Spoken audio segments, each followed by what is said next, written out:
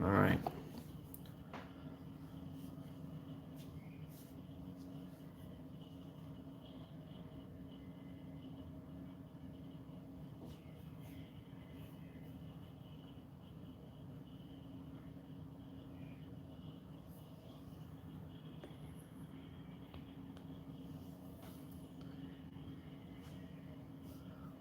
Wait a few minutes for some folks to join.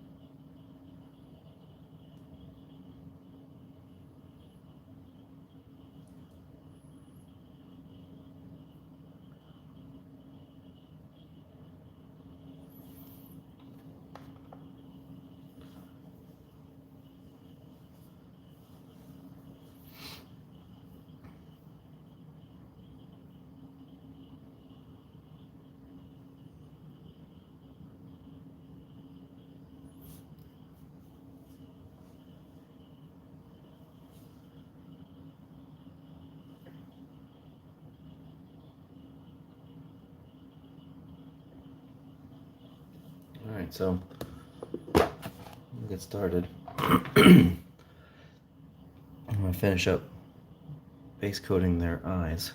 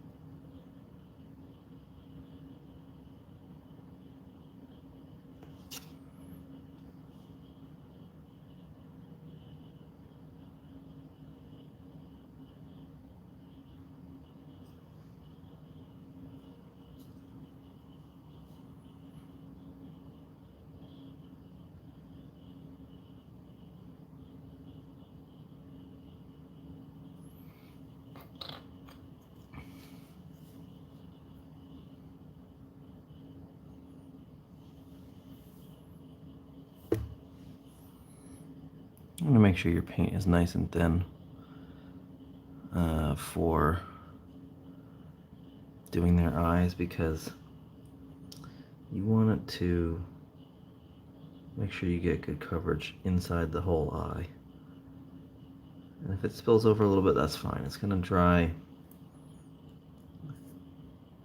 to be just more like a glaze almost. And it's fine if it's a little overspill as well, because we're going for a little bit of an OSL effect, so.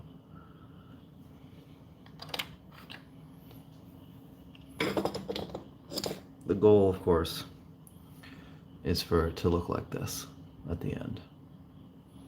So.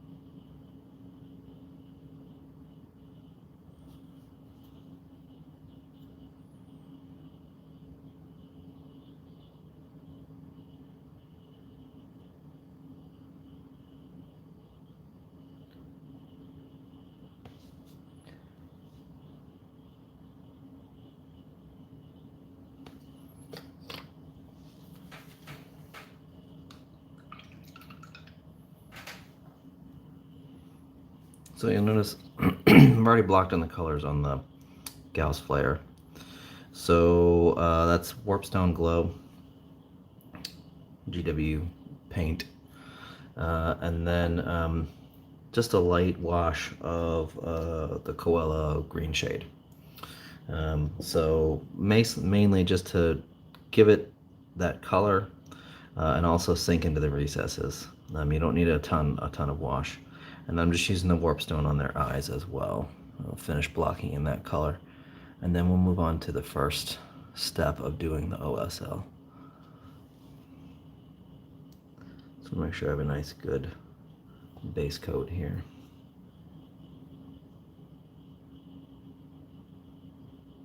Since it is so thin,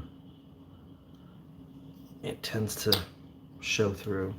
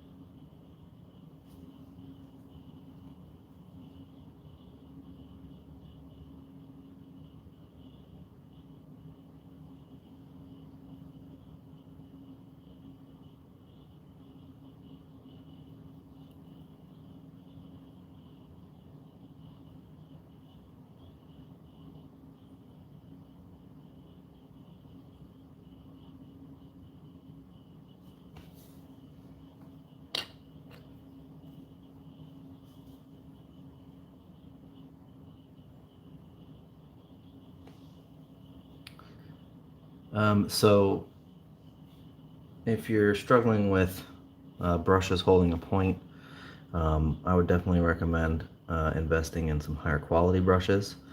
This is a Winsor & Newton Series 7, number 1. I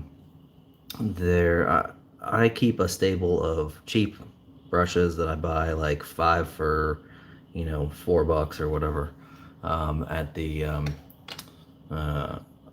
at the hobby store, for grunt work, things like dry brushing and stuff like that. But when I'm doing any kind of detail work, I'm going pretty much to this brush right here. It has been a workhorse for me for years. I love it. I'm probably getting to the point where I need to replace it, but it still works great. And the higher quality brushes are going to hold a tip much better than you can see. Yeah, and this is a number 1. Like, typically when you buy a brush, some people think, oh, I need to get like a 000 or a 10-0 and get the smallest possible brush possible. And generally speaking, for most of your detail work, you're not gonna want that. And that's because you want to have the belly of the brush right here, that the thicker part of it. That's where the paint, that's the reservoir. That's where the paint is held. And if it's too thin, the paint is going to dry out faster than you want it to. Now, some areas this brush is just too thick to get in between those areas, in which case I do use a smaller brush for that, but generally speaking, this handles almost all my detail work.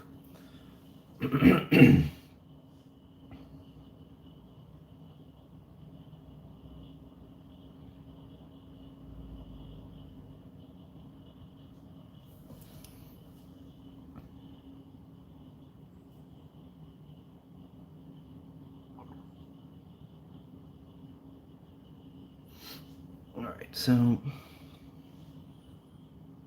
there should be pretty good coverage on these guys for their eyes now.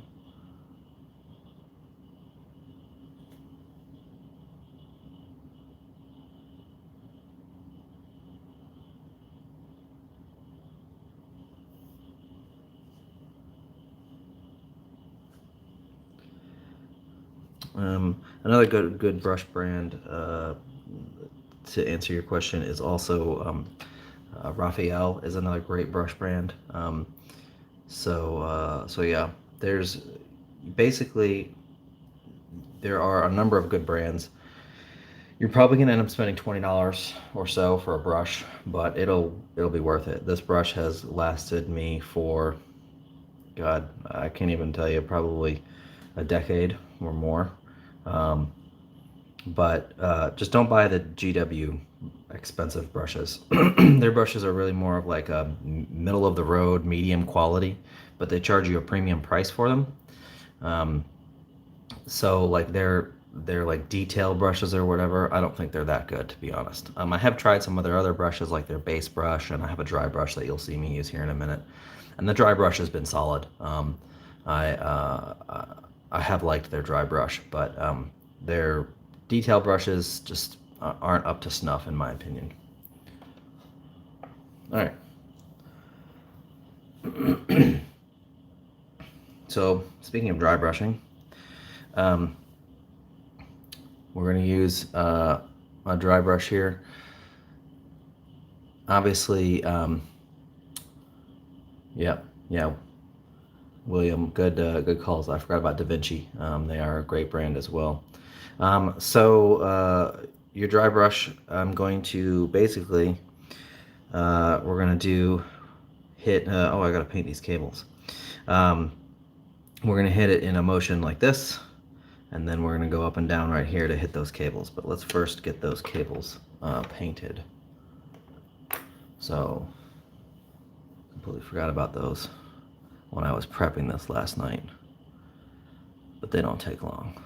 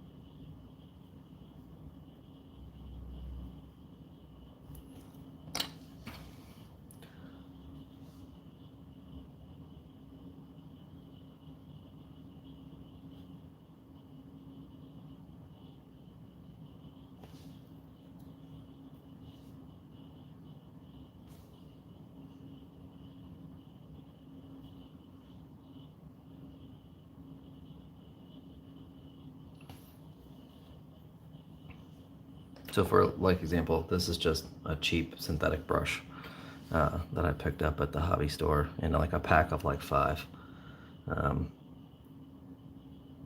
It gets the job done. It's bigger, so it gives me the coverage I need.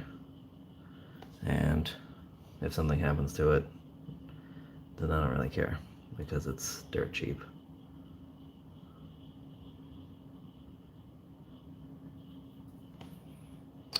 All right.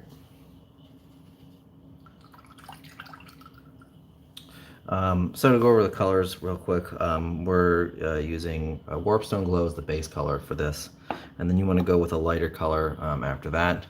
So we're going to use Moot Green. I also washed the, I said this earlier, but I washed the Gauss Flare bit right there with Koala Green Shade, and then we're going to mix Moot Green up a couple of times with white, with Vallejo model color white. So you can kind of see here on the wet palette, I got my Warpstone Glow and then Moot Green. And then this is like a 2-to-1 mix of Moot Green and white. and then this is going to be a 1-to-1 mix of mood green, and the paint settled a little bit because it's been sitting on my wet palette. So we'll mix that back up as we go to use it.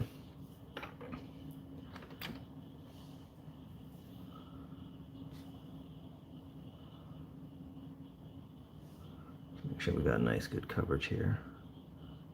Hit them again once over.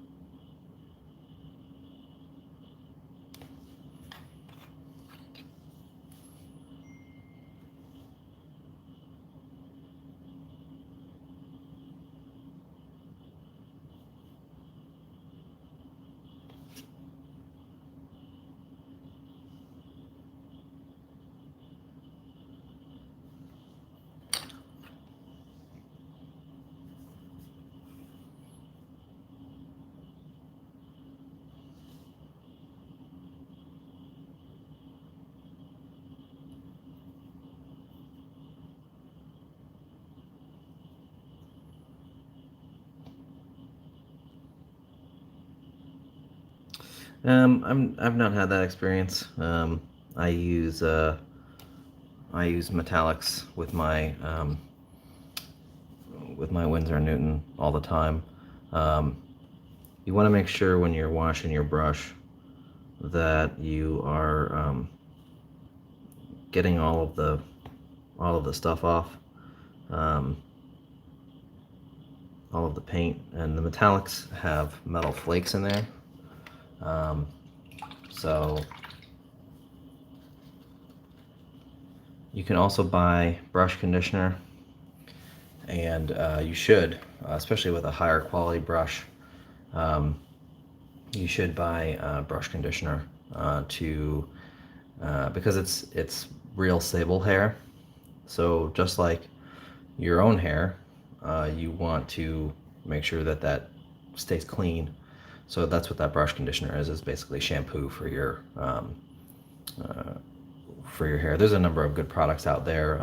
I use pink soap, but basically any brush conditioner is going to be fine for you. There's not one brand that's better than another. So yeah, but I use metallics all the time with my higher end brushes, and I've never had any issues.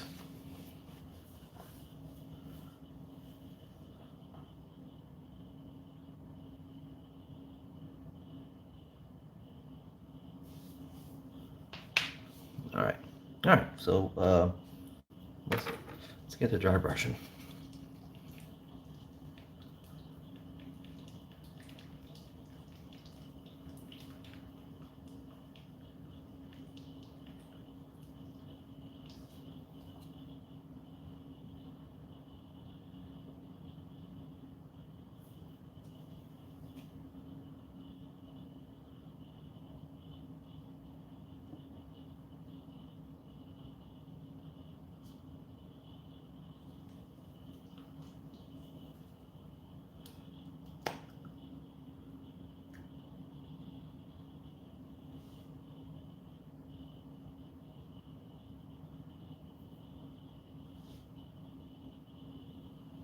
Okay.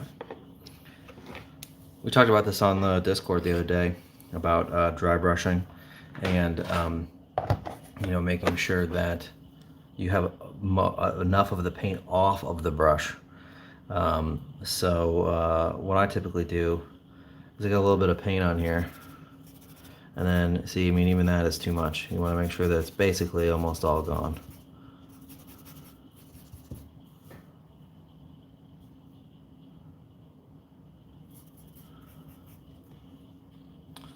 And then we're going to do a cross motion here, and we're going to overlap with the rest of the gun because we want to have that spill over.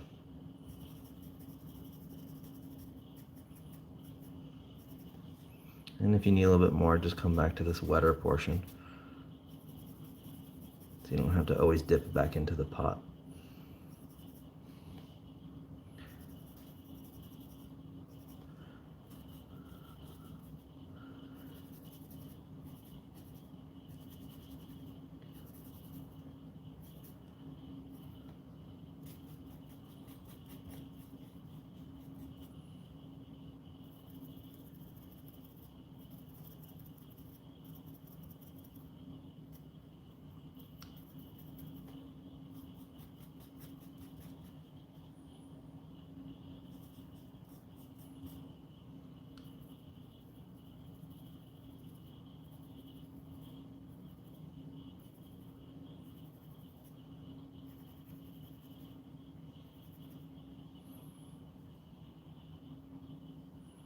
So you see we're starting to get a little bit of that glow, which is what we want. And then a little bit thicker, we're going to go in and do in here.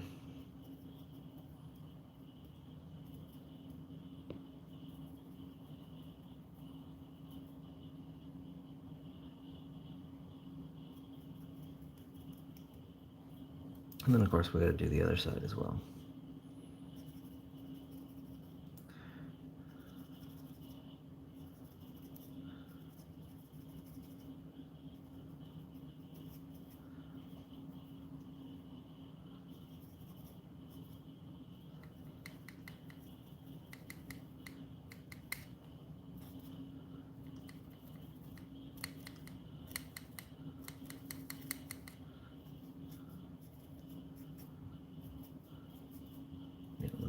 Hand here as well if we want to. The thing I've discovered with OSL, less is more. You know, you just want to have a little bit of extra glow there, a little bit of spillover. See if I can get it to focus. There we go. If you have too much, then it's going to end up looking too much like you just painted it green instead of it being a lighting effect.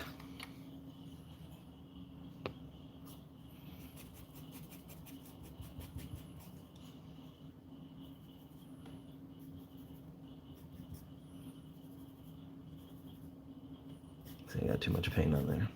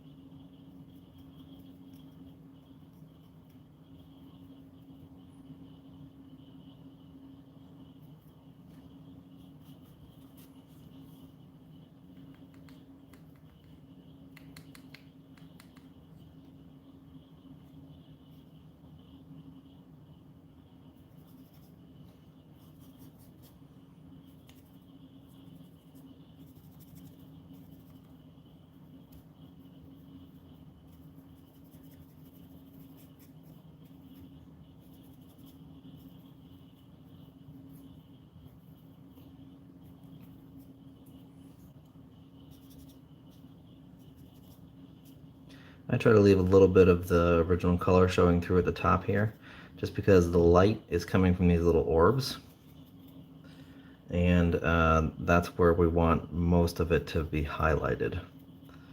It will give us some nice contrast once we're done, which here's one that's finished, and you can see it will give us some nice contrast there.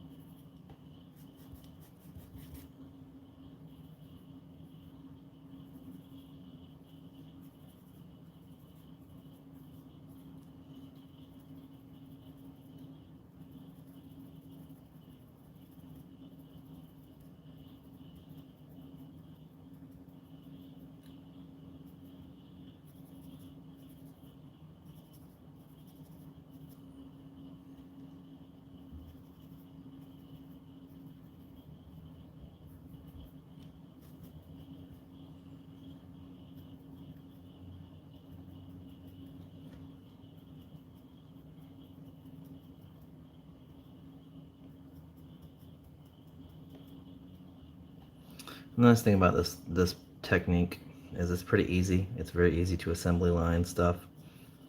So I usually do them like 5 at a time, which is something I find much harder to do with Black Templars, because they're so much more detailed as far as, you know, doing edge highlighting and all those seals and stuff that I put on there. Trying to assembly line them is definitely more difficult. I usually do 3 at a time for them, but these are just super quick and easy.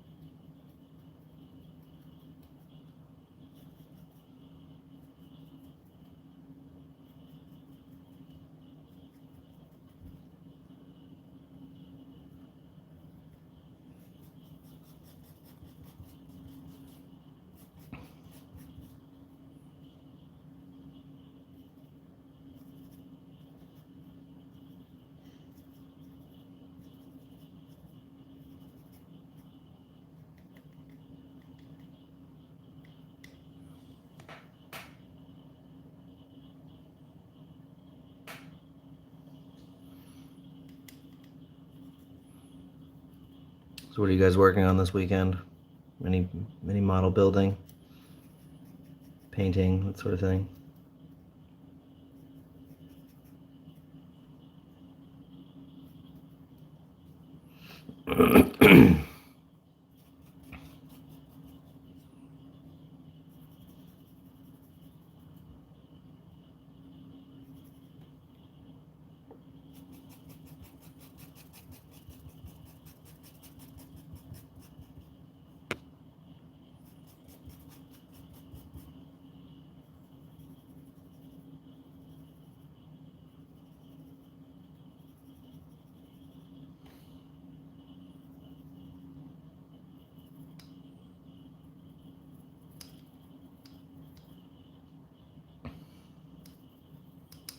Drop pods.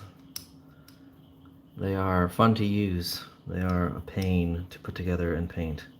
I do not envy you, sir.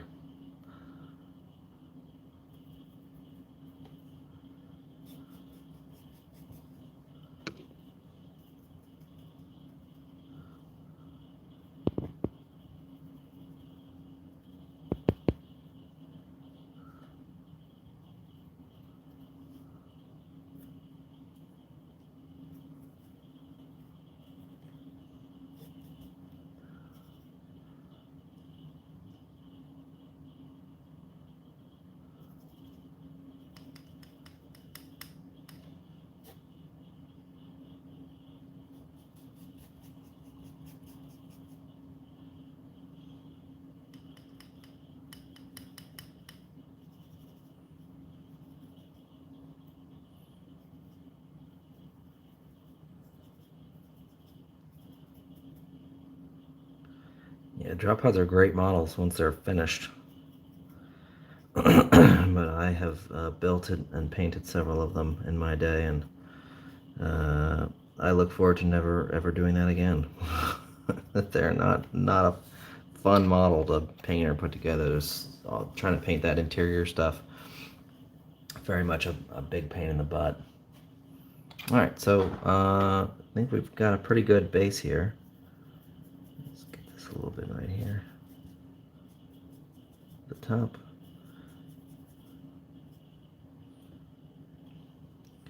So now we'll switch to a smaller dry brush to hit their eyes. Clean this off.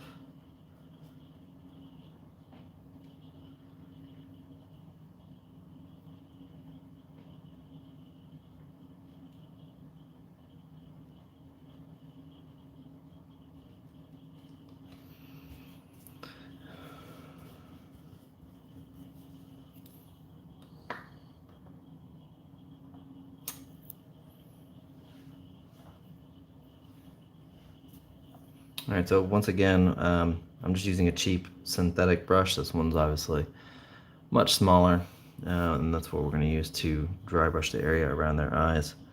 Same principle though, we're basically getting almost all the paint off. And we're just going to hit sort of this horizontal pattern right here with their eyes. And this guy's got like a busted eye, so make sure we get a little bit of extra around there to get that glow around the edges of his broken face.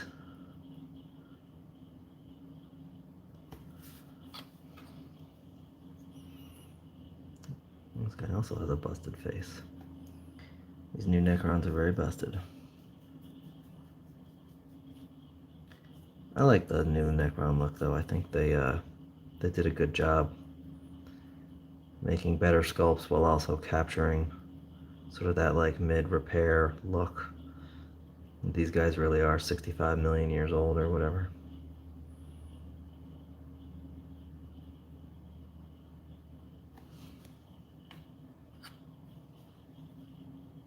When are we getting all the new Black Templar models? Well, according to GW, we will be getting our codex in November. I'm assuming a launch box will probably be a little earlier than that.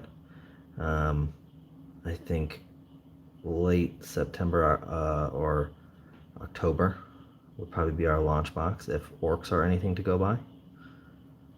And then what's not in that box will follow later, probably closer to November.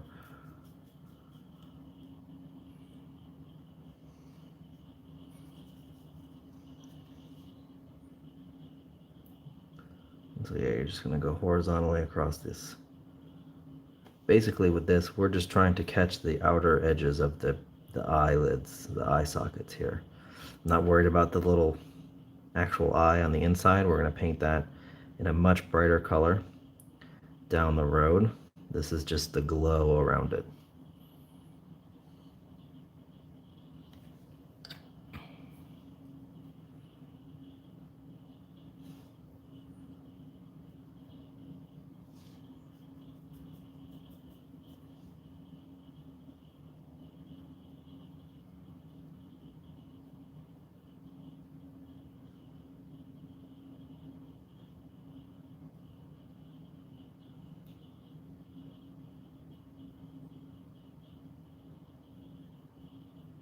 The guy with a missing half his face.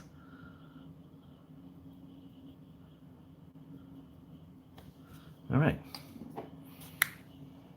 So now we're going to switch back to the wet palette here.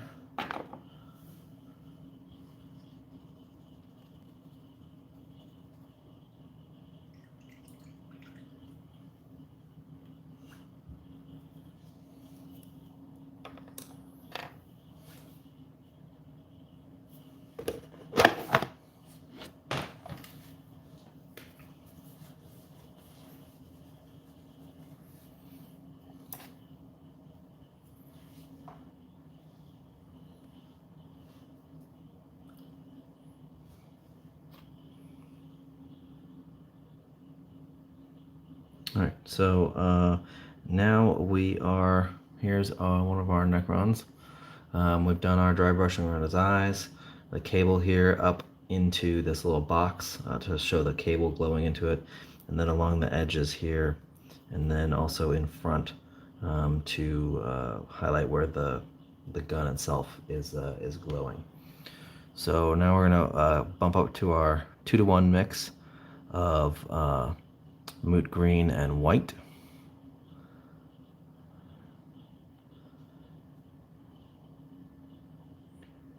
And what we're gonna do here, get it nice and mixed on my wet palette, is we're actually gonna do another dry brush with it. But we're going to do it much more concentrated. You can use a smaller brush with this if you want, but it's not necessary if you're careful. So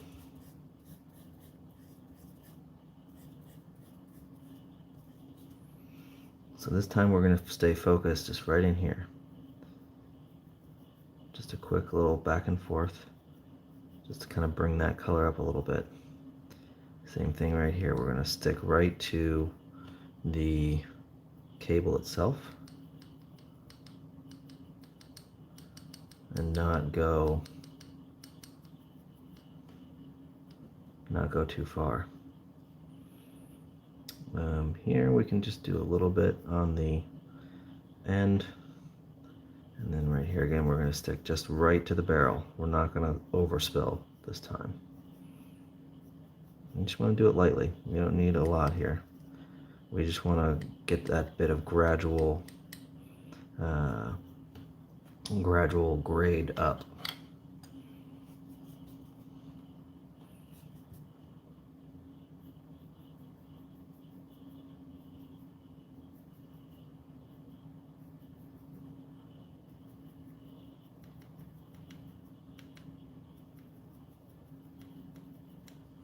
And we are notably not going to do this around the eyes. The eyes are too small for this. The next thing that we're going to do in the eyes is literally go to our highest color and paint that dot in the center. And that will be enough.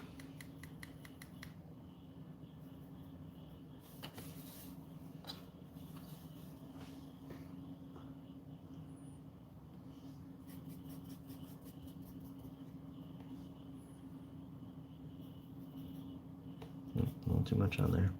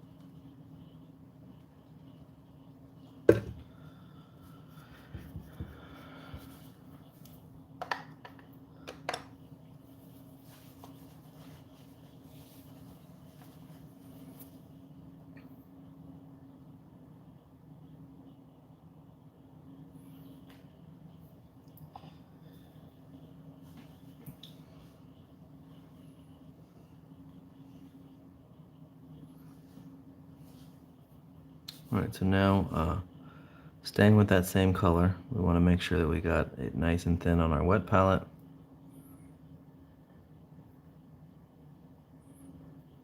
And we're going to start doing some actual highlights.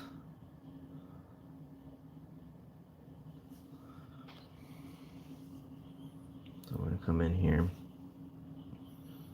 We're going to start out, we're going to hit these dots.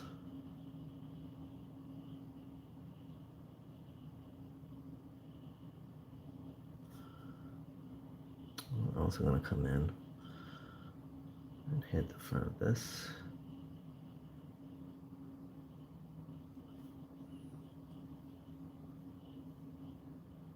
And we're just going to take the flat edge of our brush. And we're going to try to catch some of these edges here, just to give it a fuller highlight there. And it should be thin enough here where it's going to dry a little. It's going to be thin, so it's going to be a bit of a glaze, but not quite. You don't want it to be just thick paint that's too stark. And then we're also going to do just like a thin line in the center of this thing right here, like that.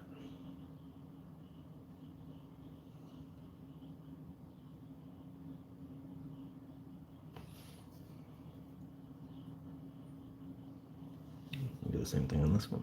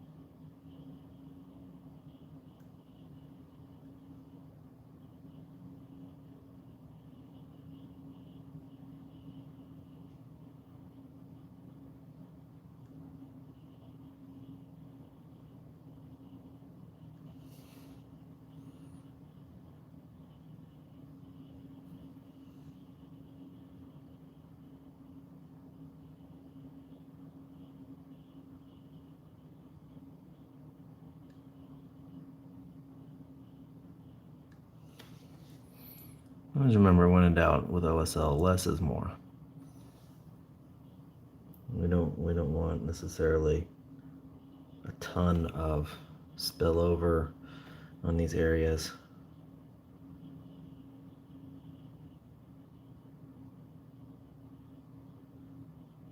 Because that light effect is going to come from two things. It's going to come from a light glow spillover area, like in this area here. And it's going to come from your center points of your light, which are going to be very, very bright. Depending on what your source is, you may even use like dots of pure white or bits of pure white, like on plasma. If you're trying to have that inner plasma glow on a plasma gun, then having the inside of those coils be pure white can work. Works really well, actually. For this, I just prefer to have it just be a really bright green.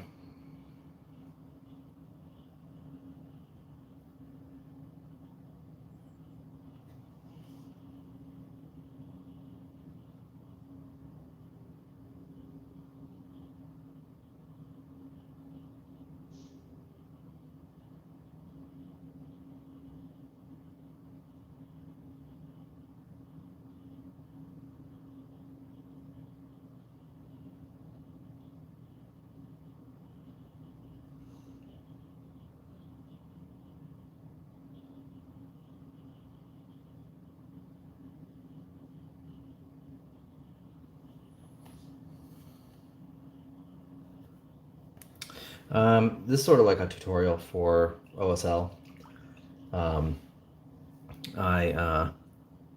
I've been doing this on my Necrons since I started them, once I figured out how I wanted to paint them.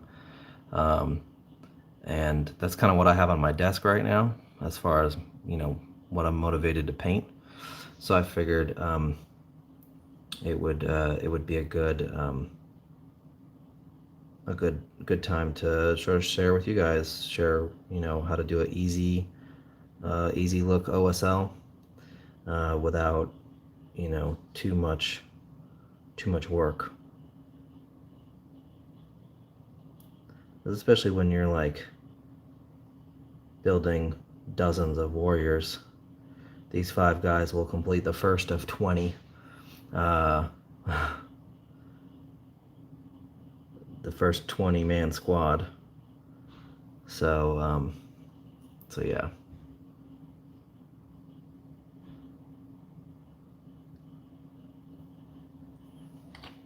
Let's see, did I get that? Yeah, I did.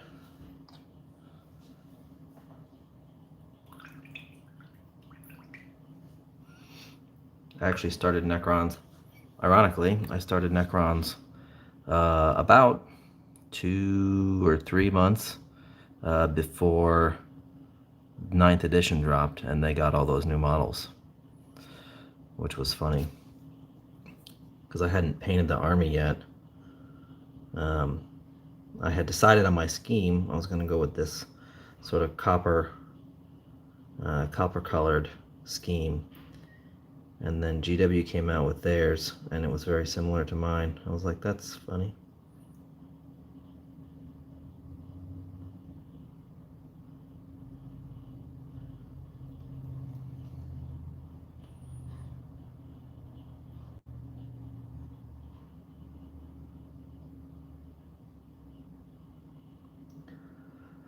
I'll never be up to date on my models.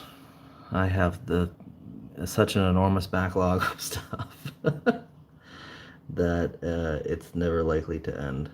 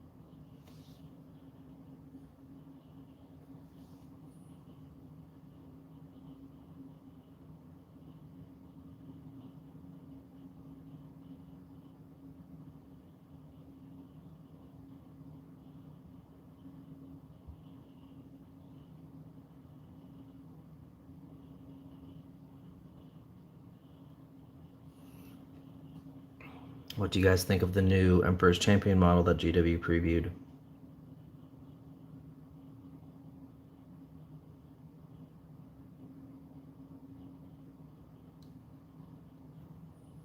I did a live stream on it. I think the day it came out. I personally really like it. Some people say it's too plain, but to me that's just a blank canvas to do cool stuff with. And if you look at the original model, it's quite plain as well. He doesn't have a lot of ornamentation. I like they gave him a lantern, which is cool. I like that his chest plate is bare. The old ones was bare too, except he had a necklace to break it up. But to me, that's just blank space to put decals and scripture and stuff like that. Yeah, less is more.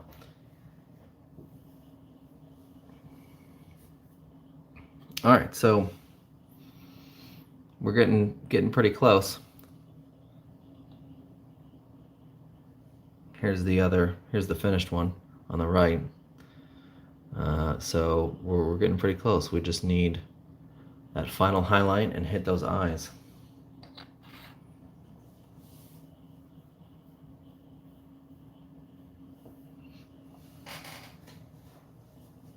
Yeah, that art is amazing. That would have been a great pose as well to do the two-handed overhand swing. Would have also been amazing.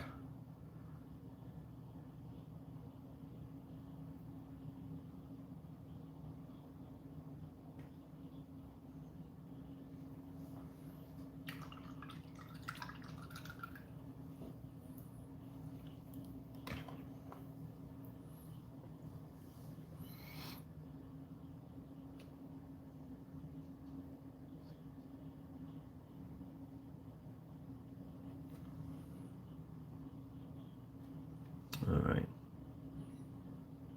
So for this dude on his right eye, I'm just going to outline this little rim right here.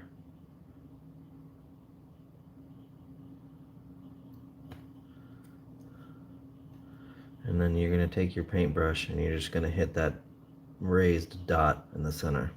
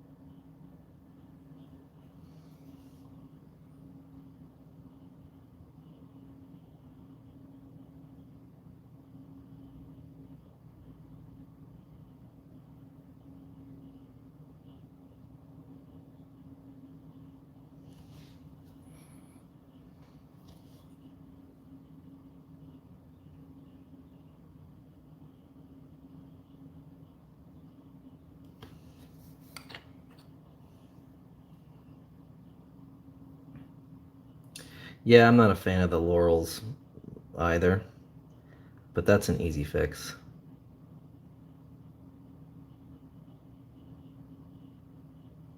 I'll probably end up using, I didn't use the halos on the blade guard, so I'll probably just end up using one of those in place and make it an actual iron halo.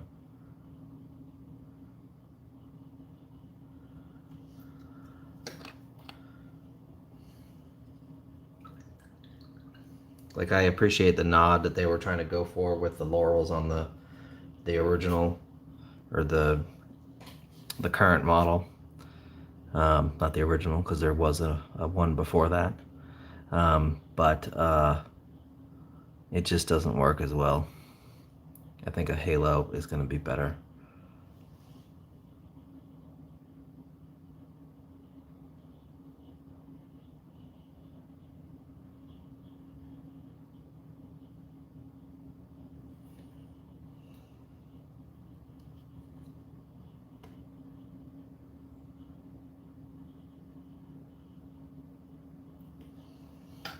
Let's see how this dried. Pretty good.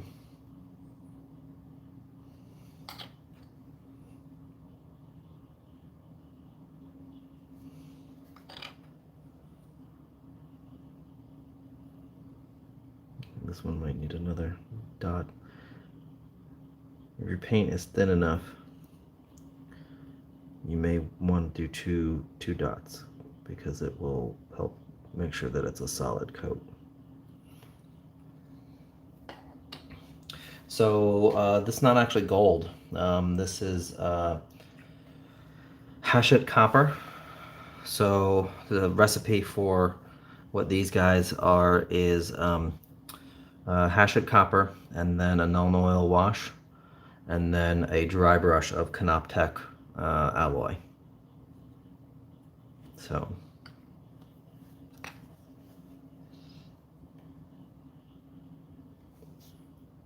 and these are my own custom Dynasty. I decided I didn't want to do the normal schemes, so I went with a custom one.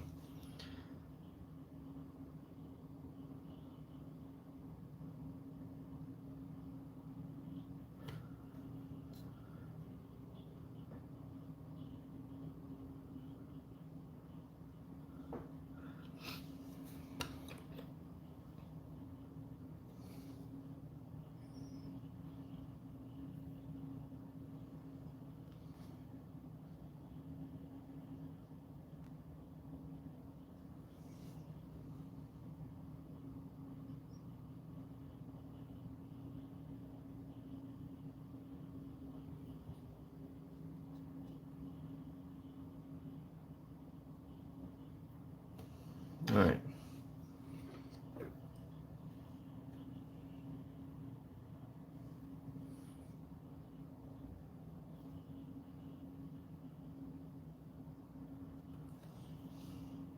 So we're going to give a little dot right in the center here as well.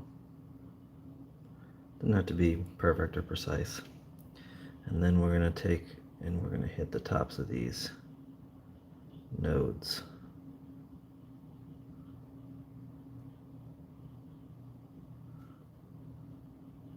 You can even do just like a teensy bit right there as well, if you like.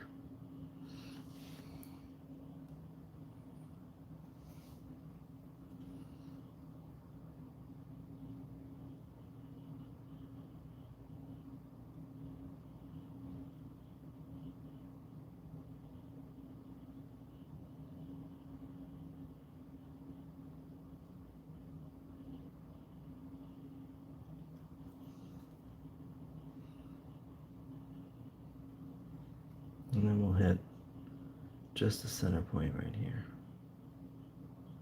A really thin line.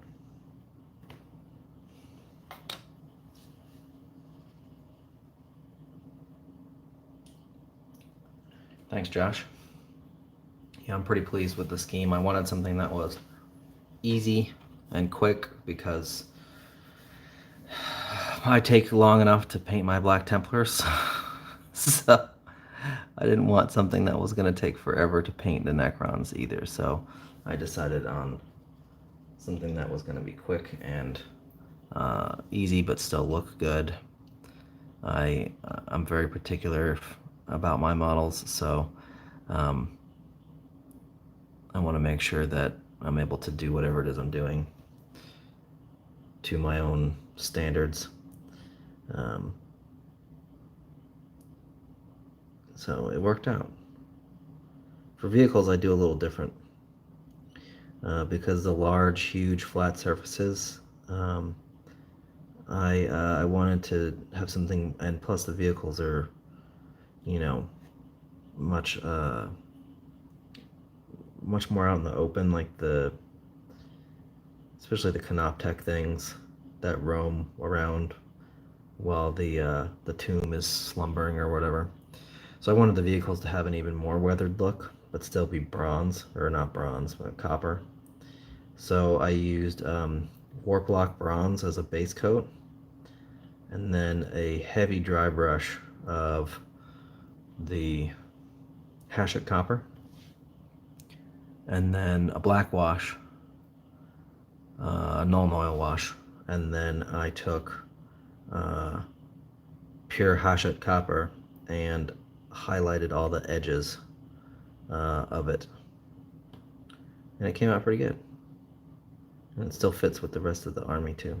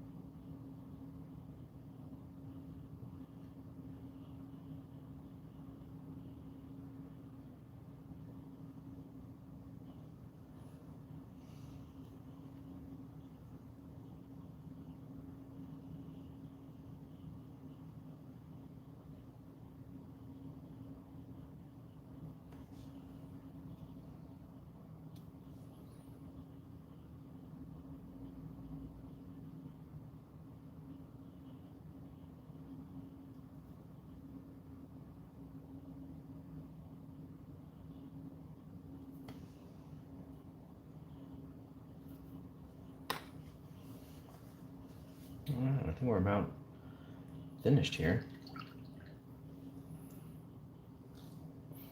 Let's take a look, make sure I didn't miss anything. A frequent occurrence for me. So yeah.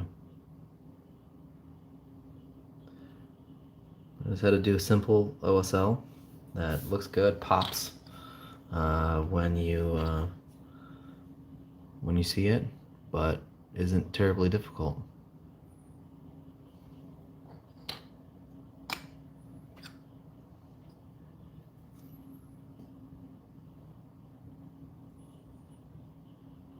So, all right. Well, I hope you guys enjoyed this.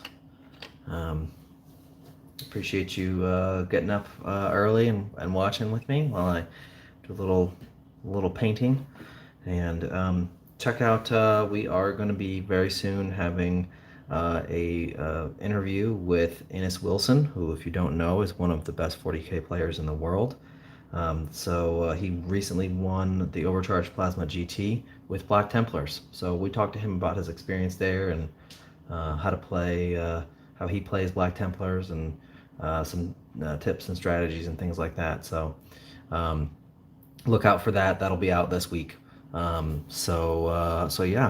If you guys have any questions, leave them in the comments below, and I'll see you next time.